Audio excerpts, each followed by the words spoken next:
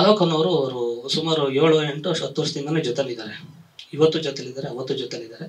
ಗೊತ್ತಿಲ್ಲ ಅವ್ರು ಏನ್ ಕೆಲಸ ಮಾಡ್ತಾರೆ ಏನೋ ಗೊತ್ತಿಲ್ಲ. ಪ್ರತಿ ಸತಿನೂ ಅವ್ರ ಮನೇಲೇ ಇದ್ದಾರೆ, ಪ್ರತಿ ಸತಿನೂ ಅವ್ರ ಮನೇಲೇ ಇದ್ದಾರೆ.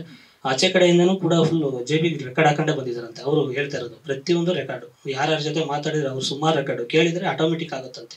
24/7 ಅವ್ರದ್ದು ರೆಕಾರ್ಡಲ್ಲಿ ಇರುತ್ತಂತೆ. ಕೇಳಿದ್ರೆ ಹೀಗೆ ಹೇಳ್ತಾವ್ರಂಗಂತ. ಗೊತ್ತಿಲ್ಲ ಅವ್ರು ಏನಕ್ಕೆ ರೆಕಾರ್ಡ್ ಮಾಡಿದ್ರು ಏನೋ ಗೊತ್ತಿಲ್ಲ. ಇವ್ರದ್ದು ಒಂದು ನನಗೆ ಅನ್ಸಿದ್ದು ಸಿನಿಮಾ ಈ ಒಂದು ದೊಡ್ಡ ಬ್ಯಾನರ್ ಅಂತಾನೋ, ಇಲ್ಲ ಈ ಸಿನಿಮಾ ಏನಾರ ಕ್ಲಿಕ್ ಆಗುತ್ತೆ ಅಂತಾನೋ, ಇಲ್ಲ ಇಷ್ಟು ದೊಡ್ಡ ಬಜೆಟ್ ಅಂತ ಈ ಟೈಮಲ್ಲಿ ಮಾಡಿದ್ರೆ ನಿಜವಲ್ಲ ನಾನೇ ಸರೆಂಡರ್ ಆಗ್ಬಿಡ್ದು. ಇಲ್ಲಪ್ಪ ಕರೆಕ್ಟ್ ನಾನು ಮಾತಾಡೋದೆಲ್ಲ ಏನ್ ಬೇಕಾದ್ರೂ ಶಿಕ್ಷೆ ಕೊಡಿ ಅಂತ ಹೇಳಿ.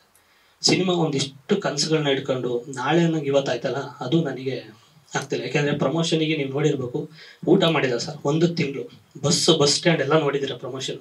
ಆ ಪ್ರಮೋಷನ್ ಮಾಡಿದ್ಕೆ ಏನಾದ್ರು ಹಿಂಗ ಆಯ್ತಾ, ಈ ಸಿನಿಮಾ ಏನಾದ್ರು ಮುಂದಕ್ಕೆ ಹೋಗ್ಬಿಡುತ್ತಾ ಅನ್ನೋ ಗೊತ್ತಿಲ್ಲ. ನೆಕ್ಸ್ಟ್ ಸಿನಿಮಾ ಮಾತುಕತೆ ಆಗಿರೋದು ನಾನು ಅವ್ರಿಗೆ ಹೇಳಿದ್ದೆ, ಇವರಿಗೆ ಹೇಳಿದ್ದೆ 2ನೇ ಸಿನಿಮಾ ಹಿಂಗ ಆಗ್ತಿದೆ, ಒಂದಿಷ್ಟು ಬಜೆಟ್ ಅಂತಾನು ಇವರ ಬಜೆಟ್ ತಲೆ ಹೇಳಿದೆ, ಇದು ಎಷ್ಟು ಖರ್ಚಾಗಿದೆ ಅಂತಾನು ಹೇಳಿದೆ.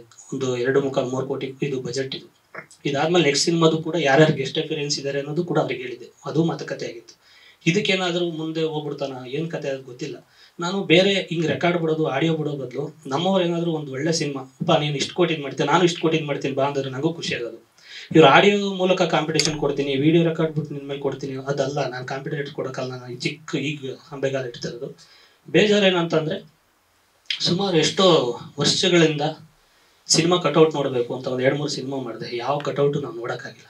ಈ ಸಿನಿಮಾ ಮೂಲಕ ನಾವು ಒಂದು 50 ಅಡಿ ಎಷ್ಟು ಕಟೌಟ್ ಹಾಕಿದ್ರು. ನಾಳೆ ಕಟೌಟ್ ಅನ್ನಂಗೆ ಇವತ್ತು ಒಳಗಡೆ ಹೋಗ್ತೀನಿ. 1 ತಿಂಗಳು ಪ್ರಮೋಷನ್, 1 ತಿಂಗಳು ನೀವು ನೋಡಿರ್ಬೋದು. ಎಲ್ಲೆಲ್ಲಿ ಹಳ್ಳಿನೂ ಬಿಟ್ಟಿಲ್ಲ, ನಾನು ಎಲ್ಲಾ ಕಡೆ ಪ್ರಮೋಷನ್ ಮಾಡಿದ್ದೀನಿ. 24/7 ಮಾಡಿದ್ದೀನಿ ಸರ್. 2 ಗಂಟೆ ರಾತ್ರಿ ಏನು ಒಂದು ಬಿರಿಯಾನಿ ಅಂಗಡಿ ಓಪನ್ ಇರುತ್ತೆ ಅಲ್ಲಿಗೂ ಕೂಡ ಹೋಗಿ ಪ್ರಮೋಷನ್ ಮಾಡಿದ್ದೀನಿ. ಅಷ್ಟು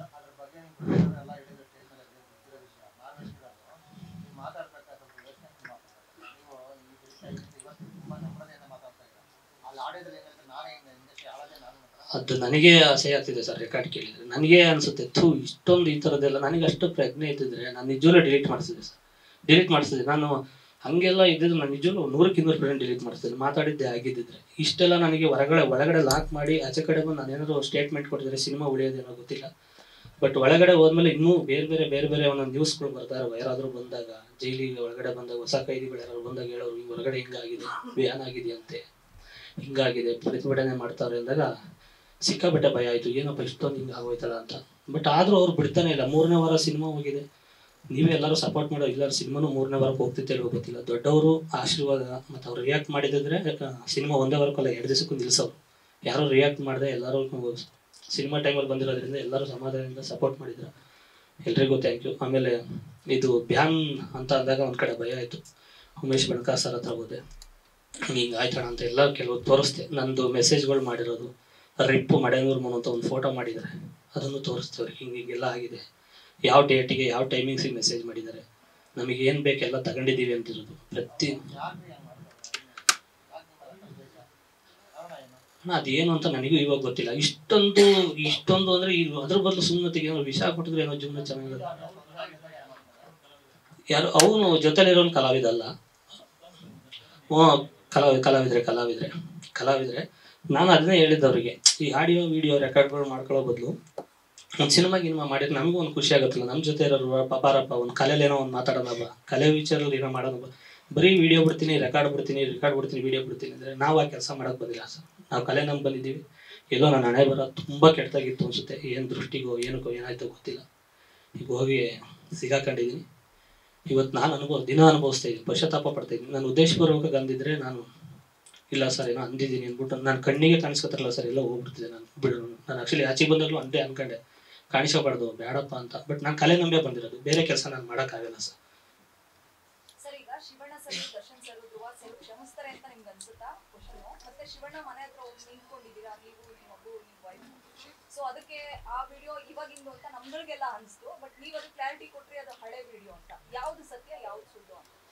ಅದು ಹಳೆ ವಿಡಿಯೋನೇ. ಅಂದ್ರೆ ಜೈಲಿಂದ ರಿಲೀಸ್ ಆದಾಗ ಸುಮಾರು ಜನ ನಾನು ಆಚೆ ಬಂದು ಒಂದು 2 ದಿನ ಆದ್ಮೇಲೆ ಫೋನ್ ಮಾಡಿದ್ರು, ಹೋಗಿಲ್ವಾ, ಎಷ್ಟು ದುರಾಂಕಾರ. ಒಂದು 2-3 ದಿವಸ ಕಂಟಿನ್ಯೂ ಕಾಲ್ ಮಾಡಿದ್ದಾರೆ. ಅವ್ರು ಹೆಂಗಿದೆಯಾ ಅಂತ ಕೇಳ್ಕೊಂಬಿಟ್ಟು ಅದನ್ನು ರೆಕಾರ್ಡ್ ಮಾಡಿದ್ದಾರೆ. ನಾನು ಏನೋ ಮಾತಾಡ್ಬಿಡ್ತೀನಿ, ಇಲ್ಲ ಸರ್ ಹಿಂಗೆ ಆಗೋಯ್ತು, ಅದನ್ನು ರೆಕಾರ್ಡ್ ಮಾಡಿ ಬಿಟ್ಟಿದ್ದಾರೆ.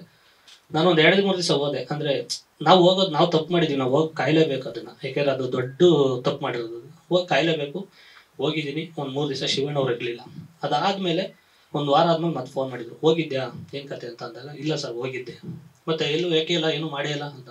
ಇಲ್ಲ ಸರ್ ಹೋಗಿದ್ದೆ. ಮತ್ತೆ ಹೋಗಿರೋದನ್ನ ಹಾಕು ಎಲ್ಲಾದ್ರೂ ಗೊತ್ತಾಗುತ್ತೆ ಹಂಗೆ. ಆಗ ಒಂದೆರಡು ನಮ್ಗೆ ಗೊತ್ತಿರೋ ಸ್ನೇಹಿತರಿಗೆ ಒಂದು ಇಬ್ಬರಿಗೆ ವಿಡಿಯೋ ಕೊಟ್ಟೆ, ಸರ್ ಹೋಗಿದ್ದೆ ಶಿವಣ್ಣ ಅವ್ರು ಇರಲಿಲ್ಲ ಅಂತ. ಅದು ಪಾಸಿಟಿವ್ ಆಗಿ ನೆಗೆಟಿವ್ ಆಯಿತು. ಶಿವಣ್ಣವ್ರು ಬಾಕಲು ತೆಗಿಲಿವಂತೆ, ಹಿಂಗೆಲ್ಲ ಆಯಿತು.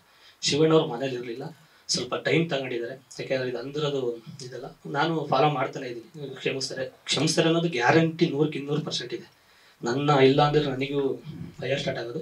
ಆ ನಂಬಿಕೆ ಮೇಲೆ ಇವತ್ತು ಕೂಡ ಉಸಿರಾಡ್ತಾ ಇದ್ದೀನಿ. ಇವತ್ತು ಬೆಂಗಳೂರಲ್ಲೇ ಯಾಕೆ ಕಲೆನ ನಂಬ್ಕೊಂಡು ಯಾಕೆ ಒದ್ದಾಡ್ತಾ ಇದ್ದೀನಿ ಅಂದರೆ, ಅವ್ರು ಏನಾದ್ರು ಕ್ಷಮಿಸಿದ್ರೆ ಅನ್ನೋ ಒಂದೇ ಒಂದು ಸ್ಟೇಟ್ಮೆಂಟ್ ಕೊಟ್ಟರೆ 100% ಮತ್ತೆ ಒಂದು ಸಿನಿಮಾನ ರಿಲೀಸ್ ಗ್ಯಾರಂಟಿ ಮಾಡ್ತೀನಿ.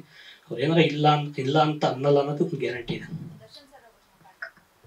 ಇಲ್ಲ ಮೇಡಮ್, ಅವರು ಒಂದು 3-4 ಜನ ಮೀಟ್ ಮಾಡಿದೆ. ಅವ್ರು ಡೆವಿಲಿನ ಹೊರಗಡೆ ಶೂಟಿಂಗ್ ಹೋಗಿದ್ದಾರೆ ಅಂತ ಅಂದರು. ಬಟ್ ಅವ್ರದ್ದು ಸೆಲೆಬ್ರಿಟಿಗಳು ಏನು ಫ್ಯಾನ್ಸ್ ಎಲ್ಲ ಇದ್ದಾರೆ, ಅವರೆಲ್ಲರೂ ಸುಮಾರು ಇನ್ಸ್ಟಾದಲ್ಲಿ ಸಿಕ್ಕಾಬಟ್ಟೆ ಮೆಸೇಜ್ ಮಾಡಿದ್ದಾರೆ. ಸರ್ ನಮ್ಮ ಒಳ್ಳೊಳ್ಳೆ ಮೆಸೇಜ್ ಮಾಡಿದರೆ, ಬೈದು ಇದ್ದಾರೆ. ಬೈದು ಅಂದರೆ ಕೆಟ್ಟದಾಗಿ ಏನು ಬೈದಿಲ್ಲ. ಅಪ್ಪ ತಲೆನೇ ಕೆಡ್ಸ್ಕೊಬೇಡ, ನಮ್ಮ ಬಾಸ್ ಬಿದ್ದಿದೆಯಾ ಗೊತ್ತು, ನಮ್ಗೆ ಹೇಳ್ಕೊಟ್ರೋದು ಒಂದೇ, ಕೈ ಹಿಡಿದು ಎತ್ತು ಅಂತಲೇ ಹೇಳ್ಕೊಟ್ರೋದು. ಯಾರು ನಿಮ್ಗೆ ಆಳಿಗೊಂದು ಕಲ್ಲಾಕು ಅಂತ ಹೇಳಿಲ್ಲ. ನೀವು ಮುಂದಕ್ಕೆ ಬದಲಾಗೋ, ತಲೆ ಕೆಡ್ಸ್ಕೊಬೇಡ, ನಾವೆಲ್ಲ ಫ್ಯಾನ್ಸ್ ಏನಿದ್ದೀವಿ ಸಪೋರ್ಟ್ ಮಾಡ್ತೀವಿ. ಬಾಸ್ ಇದನ್ನ ತಲೆಗೂ ಹಾಕೊಂಡಿಲ್ಲ. ಅವ್ರು ರಿಯಾಕ್ಟ್ ಮಾಡಿದರೆ ಬೇರೆ ಥರನೇ ಆಗೋದು. ಅವ್ರು ಇದಕ್ಕೆ ತಲೆನೇ ಕೆಡ್ಸ್ಕೊಂಡಿಲ್ಲ, ಅವ್ರ ಪಾಡಿಗೆ ಅವ್ರು ಬಿಸಿ ಅವ್ರೆ ಅಂತ ಅಂದರು. ಅದಕ್ಕಾಗಿ ನಾನು ಒಂದು 3 ಸತಿ ಮೀಟ್ ಮಾಡೋಕ್ಕೆ ಟ್ರೈ ಮಾಡಿದೆ, ಆಗಿಲ್ಲ. ನ್ಯೂಸ್ ಫಸ್ಟ್ ನಿರ್ಭೀತಿಯಿಂದ ನಿಮ್ಮ ಪರವಾಗಿ.